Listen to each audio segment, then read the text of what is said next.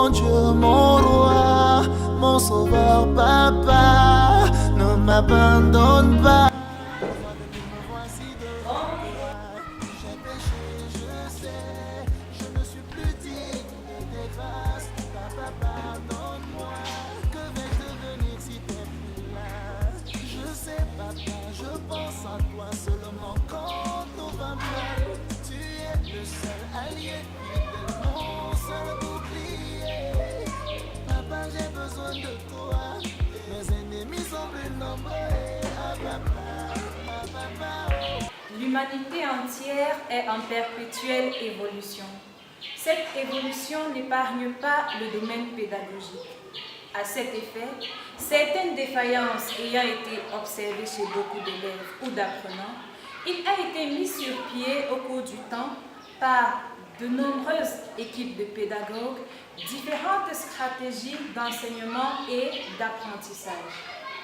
Ainsi, partant d'un constat selon lequel l'on a toujours considéré la réussite scolaire comme une attitude propre à certains apprenants, tout comme l'échec à d'autres, Marie-Hélène Gay, en collaboration avec Guylaine Legault et Caroline Germain, membres d'une équipe de 14 conseillers pédagogiques, ont entrepris d'étudier comment donner la chance de réussir à tous les élèves en invitant les enseignants à diversifier leurs techniques d'enseignement.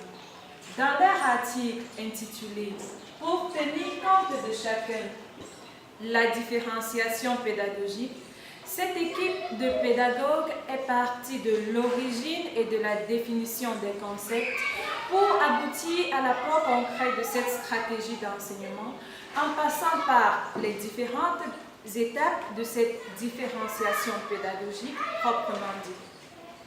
Pour davantage promouvoir la réussite scolaire et montrer que la différenciation pédagogique est une méthode favorable d'apprentissage, nous mettrons l'accent sur sa définition, sa méthode et son apport dans l'enseignement. Prenons en premier l'aspect définitionnel. Selon Marie-Hélène Gay et son équipe, la différenciation pédagogique est une action du pédagogue qui, sur la base d'une solide connaissance des préalables, des caractéristiques d'un ou de plusieurs élèves, de formules pédagogiques et d'interventions diversifiées du programme de formation en lui-même et de l'environnement d'apprentissage, tend à organiser et à harmoniser ces différentes composantes d'une situation pédagogique, ainsi que les relations entre elles, dans le but de favoriser l'apprentissage. En d'autres termes, il est question pour le pédagogue de trouver les moyens de faciliter l'apprentissage ou encore de donner la chance de réussir à tous les apprenants, à toutes les catégories cognitives présentes dans la salle de classe par une étude minutieuse de ces pratiques de classe et même de l'environnement d'apprentissage. Cette prise en compte minutieuse de sa manière d'enseigner l'amènera à réajuster ses méthodes. Il procédera à l'issue de cela étape par étape, ce qui nous amène donc à aborder au second plan les différentes étapes de la différenciation pédagogique. La première, il est question à ce niveau d'une évaluation diagnostique des composantes et relations de la situation pédagogique. Une évaluation diagnostique effectuée à ce niveau, sur le niveau de connaissance des apprenants, permet d'avoir une meilleure compréhension de ce qui entrave l'apprentissage. Pour ce qui est de la deuxième étape, il est question de la définition de la situation désirée. Elle définit ce que les élèves doivent apprendre et qui sera modifié dans la situation pédagogique, d'où l'usage des différents types d'outils. Nous avons comme outil la sélection de certains contenus, la modification des formules pédagogiques et le fait de créer un matériel ou un support visuel. Nous avons également le fait d'ajuster le programme d'activité ainsi que le fait de varier les modes de regroupement des élèves pour ce qui est des travaux en groupe. Passons à la troisième étape. Ici, il est question de la planification de l'action. Elle correspond au moment où l'enseignant conçoit et se prépare à mettre en œuvre les modifications jugées appropriées à la situation pédagogique. Quatrième étape, l'action. Elle correspond à la mise en œuvre de tout ce qui a été planifié et qui permettra de passer de la situation actuelle à la situation désirée. Cinquième étape, évaluation de l'action. Elle vérifie l'impact de l'action ou des actions mises en œuvre sur les élèves. La différenciation pédagogique en tant que méthode d'enseignement visant à favoriser l'apprentissage permet de dénombrer des avantages clairement visibles. Comme premier avantage, nous pouvons observer, grâce à la différenciation pédagogique, la prise en compte de tout type d'élèves. Ici, aucune classe d'élèves n'est laissée pour compte. Grâce aux multiples stratégies développées par l'enseignant pour rendre son cours agréable ou digérable, chaque élève a la possibilité d'entrer en contact avec les différentes notions par le moyen qui lui semble le plus approprié. Comme deuxième avantage, nous avons l'ajustement des enseignements en fonction du degré cognitif de chaque élève. L'enseignant a la possibilité ou alors l'obligation d'observer sa classe dans le but d'identifier toutes les strates cognitives et élaborer et multiplier et même améliorer ces stratégies d'enseignement. Comme troisième avantage, nous avons la diversification des stratégies d'enseignement qui sortent les leçons quotidiennes de leur monotonie habituelle. L'enseignant est en perpétuelle création et recréation, ce qui enlève à ces leçons ce caractère stagnant. Nous ne pouvons progresser dans nos analyses sans féliciter ce travail de Marie-Hélène Gay et de son équipe. En effet, leur travail a été effectué avec brio dans la mesure où la lecture de cet article est claire, simple et digeste.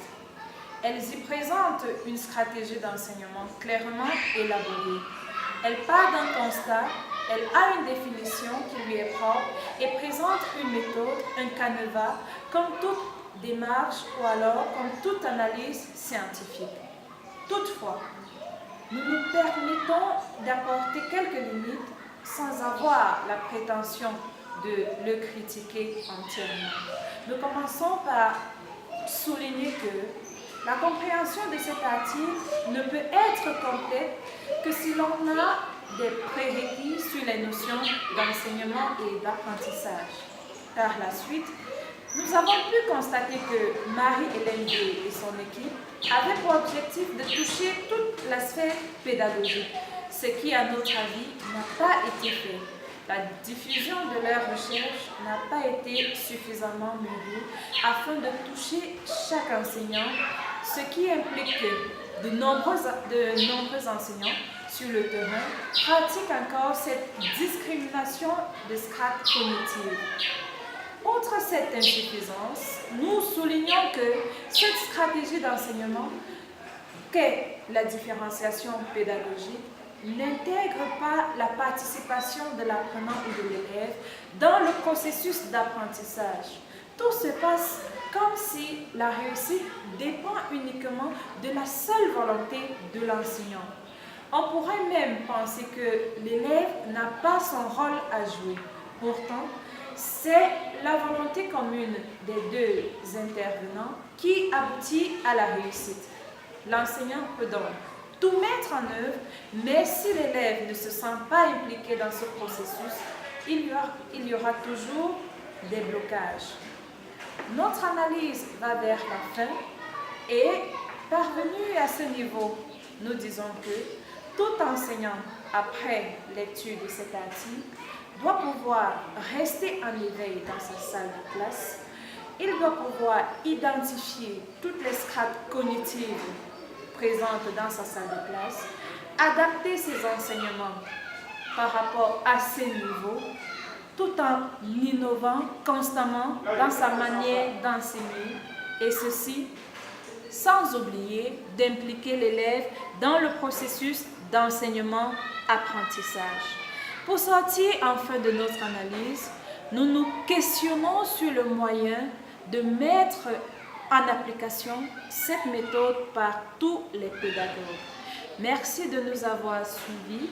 Cette dernière interrogation est une question à laquelle vous pouvez également répondre.